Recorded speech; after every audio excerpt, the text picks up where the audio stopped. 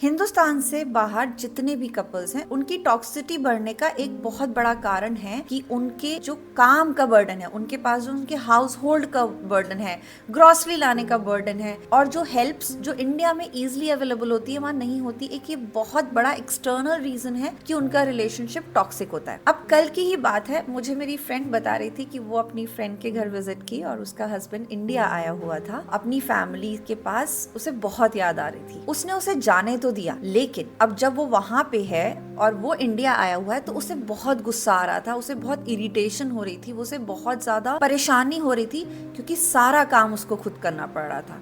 जो काम अब तक डिवाइडेड था, जो काम उसका हस्बैंड और वो मिलके कर रहे थे, अब वो अकेली कर रही थी। ये बात उसको इतना ज्यादा परेशान कर दी कि वो वहां मजे कर रहा है और मैं यहाँ अकेली और मुझे सारा काम देखना पड़ रहा है। उसने सबसे पहले क्या किया कि अपनी बेटी को छुट्टी दिला दी स्कूल से कि उसका एक काम कम हो जाए, और अब जो टाइम उसके पास बच रहा था वो अपने हस्बैंड को बहुत सारे टॉक्सिक, डरावने, डिप्रेसिव मैसेजेस भेज रही थी, जिसके कारण उसके हस्बैंड को 2 दिन बाद वापस आना पड़ा। ये रीजन है, ये बात ना वो हस्बैंड कभी भूलेगा कि मुझे बीच इवेंट में से वापस आना पड़ा, और शायद ये लेडी भी कभी नहीं भूलेगी कि मैं मैनेज कर सकती थी बट मैं कर नहीं पाई।